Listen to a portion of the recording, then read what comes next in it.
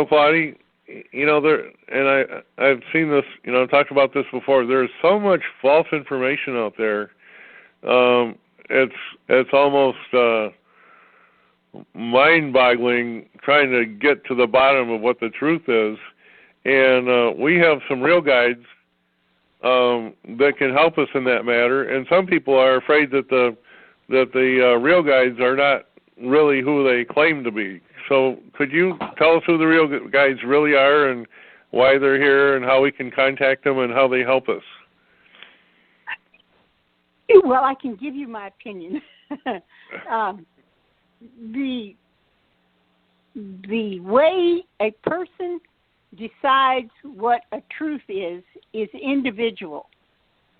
The way my truth filter may be different from Susie Q's truth filter down the road because she's maybe a very religious lady, and so she only believes it one way. If it doesn't fall into that parameter, then she's out of here. I don't listen to anything you say. It's of the devil, and you're full of it. So it's how you are capable of discerning what is really sensible, makes real sense, and what doesn't. If we only use one yardstick to measure everything by, that's good. But if everything is circle or round or oval shaped, a yardstick won't help that much. So we have to be able to learn how to do that, and it doesn't happen in one lifetime. You've got to come back more than once in a physical body to experience, to have experience and gain knowledge that gives you more information. Like when you're 6 and your mom is taking you in the kitchen and she's helping you make pancakes, and the first time you try to flip it, it doesn't turn out too good. But after you've done it for 2 years, you can flip a pancake pretty good. So this whole thing boils down to simple stuff. I mean, if you're into simple stuff, some people want more complicated stuff that takes longer to acquire knowledge of.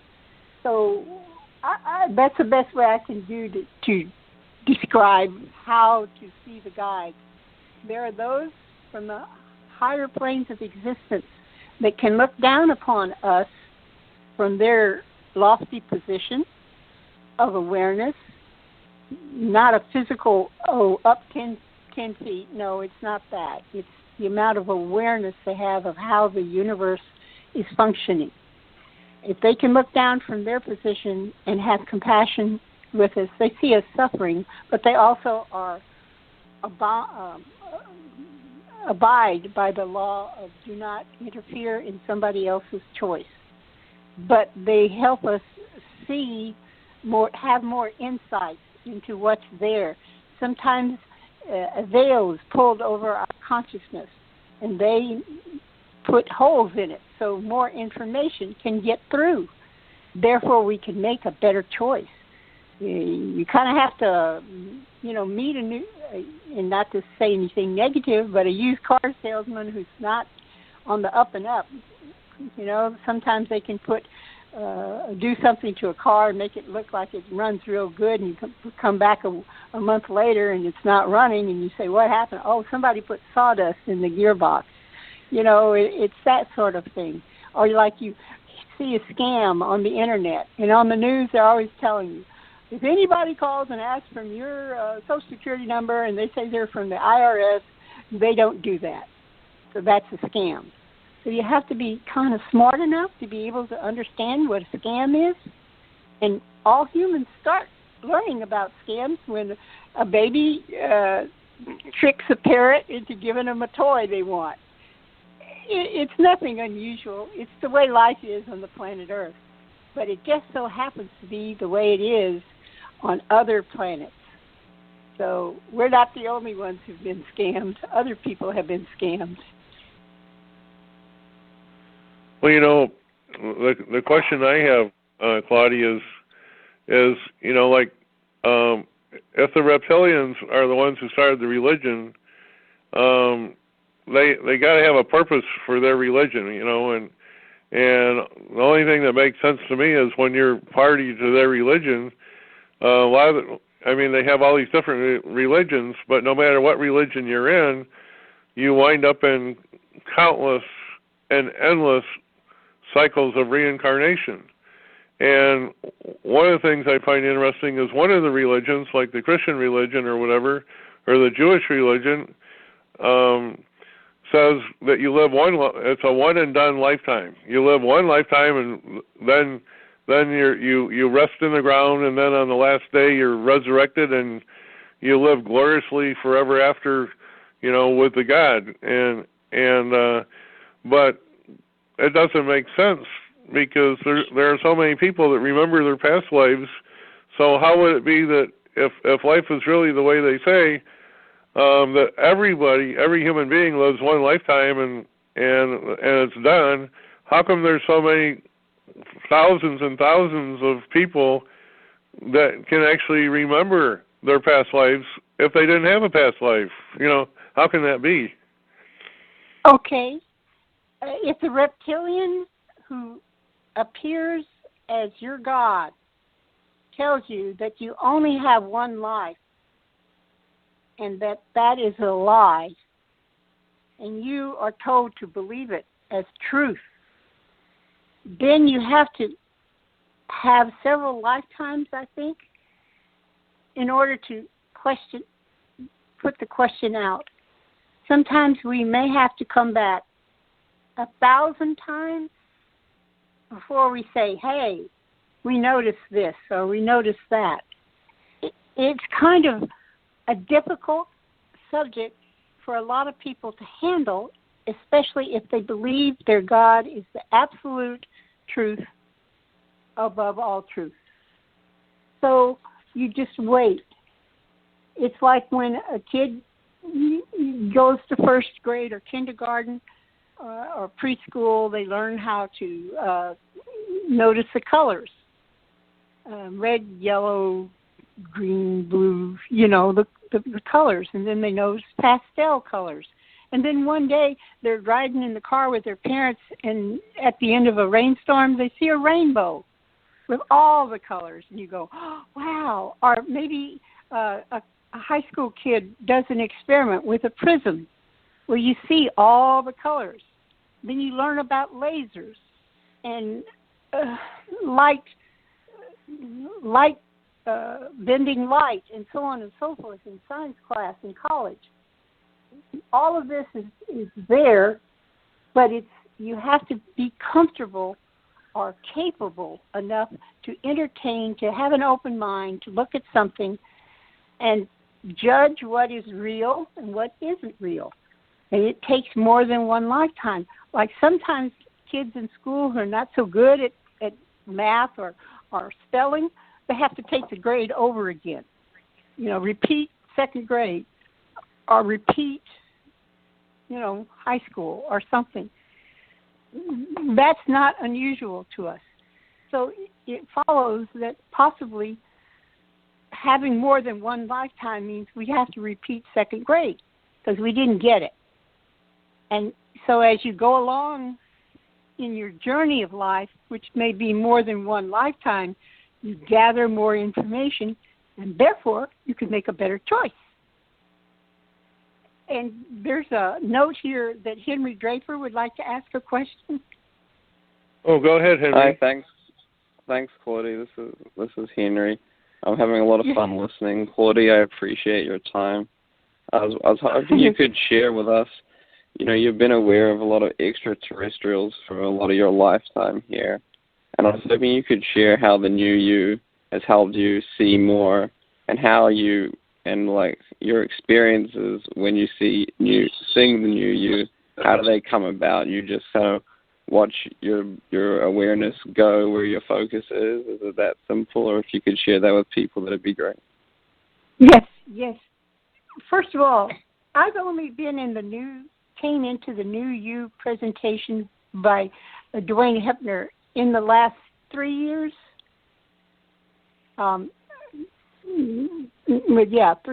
4 years now, 19, I was thinking 18. And I came across it in a most unusual way, but not really for the new presentation. I was really sick one night, had been through a lot of religious experiences, and was very frustrated that none of my questions were answered. I've been through Catholicism, went through Eckankar, tried witchcraft, did dowsing, all of the different subjects of this planet that you can investigate if you want outside knowledge of a science laboratory. And so finally one night I was real sick, had a bad time, and I have someone who came and said to me, get up and go to the computer. And so I got up and went to the computer, and the person who said this was what I call a friend. At that time it was a friend, but I came to know now that that was a guide from the real side. And I said, okay, I'm sending the computer, what do you want me to look at? He says, type in truth and freedom. So I typed it in, and Duane Hepner's website came up. And it looked kind of odd to me at the time because the words were a little strange and the letters were strange, but they had funny little pictures that made me chuckle. But I said, okay, I'll look at this. So I looked at it, and it had a place where you could type in a question. So I typed in a question, and lo and behold, 3 days later, Duane Hepner called. I was so astounded. I mean, this is the guy who wrote all these books that I'm looking at on the internet. I'm going, holy moly. Well, hello, how are you? And he says, hello, how are you? And I said, well, I have a question. And he proceeded to explain the answer that he was giving. So everybody has a different way of coming into contact with what is called the new you. The new you is simply a sound that is sung, and it changes, I'm going to say changes the environment you're in. If you're in fear or anger or any of the negative emotions, it changes it subtly, very gently. Things are changed by you coming forward and singing this sound. And this sound is something that came from outside of creation. It comes from what those in the new presentation call the all is. This is to help us become awake, aware, alert, and to notice things going on in our life. And to put 2 and 2 together to come up with 4. It's real simple. Open your eyes and look. See what's going on. One of the things that I found most interesting in the Catholic religion is finally at the end when I left the church, I wanted to get married and have children with the man I was in love with had been divorced 3 times, and that wasn't going to go. And you had to send $3,000 to Rome for the cardinal to hear your case and either grant permission or not. And most likely because of the circumstances, I was not going to get permission, and I knew it. And so I didn't send the $3,000, but I left the church because I found out that all I did was every Sunday is kneel on my knees and beg God for help. Now, my idea of what God is not that. So I went to something else. I tried doing spells. I tried dowsing. Everything that you could think of, past life regressions, singing the Om, everything that was there, I looked, but it found it dead, not alive. And finally, all I can say is that when I got to the point where I was in Eckankar for a while, I found it dead and not alive. And so I left. There was nothing there for me. And so that gives you a freedom. When you finally give you cut your ties with everything, you're free to go and do whatever you want. But then the nagging back thing is that, oh, you're all alone. Yeah, you're all alone with yourself. What do you want to do now? So this is one of the ways people might come into contact with other information that isn't from a laboratory or a book or a computer. It comes from within. And you see things from a different angle, a different viewpoint, which might shed light on the subject. Anyway, that's the best I can offer at the moment. Thanks, Claudie. And could you explain about how when you sing the New Year, how your experience, going into the real side? Well, yes.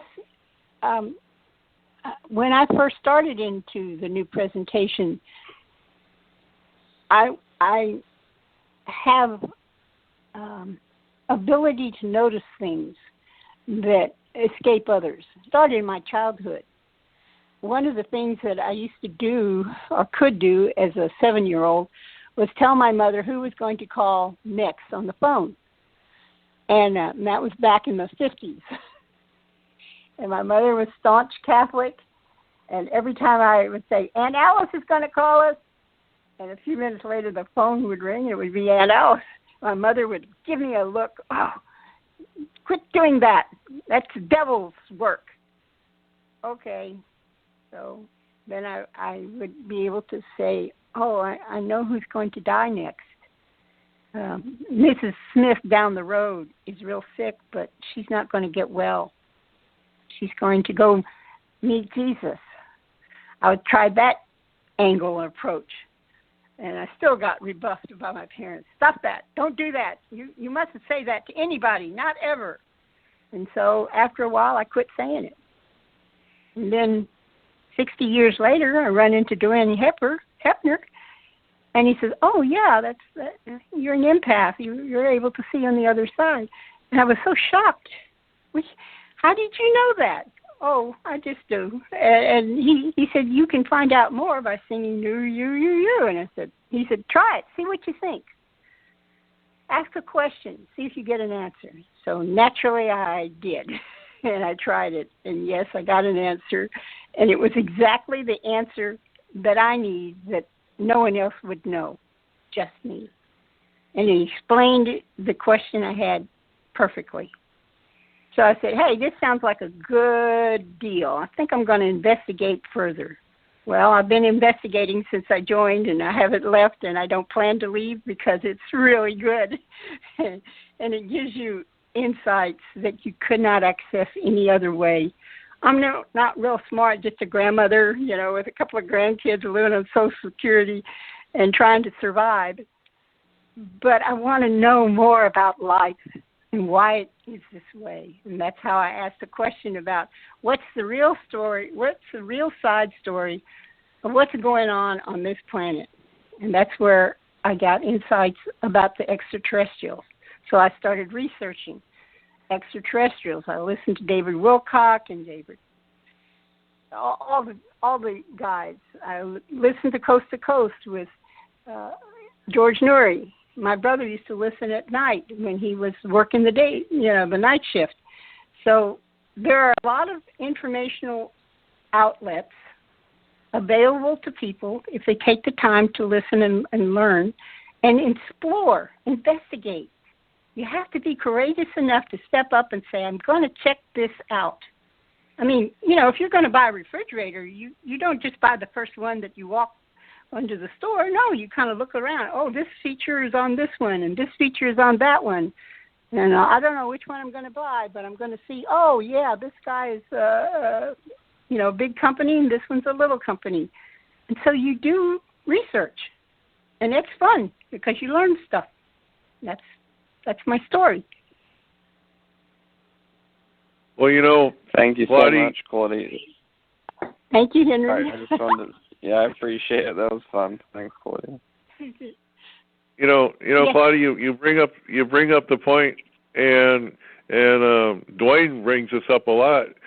It takes a tremendous amount of courage for people to try something new.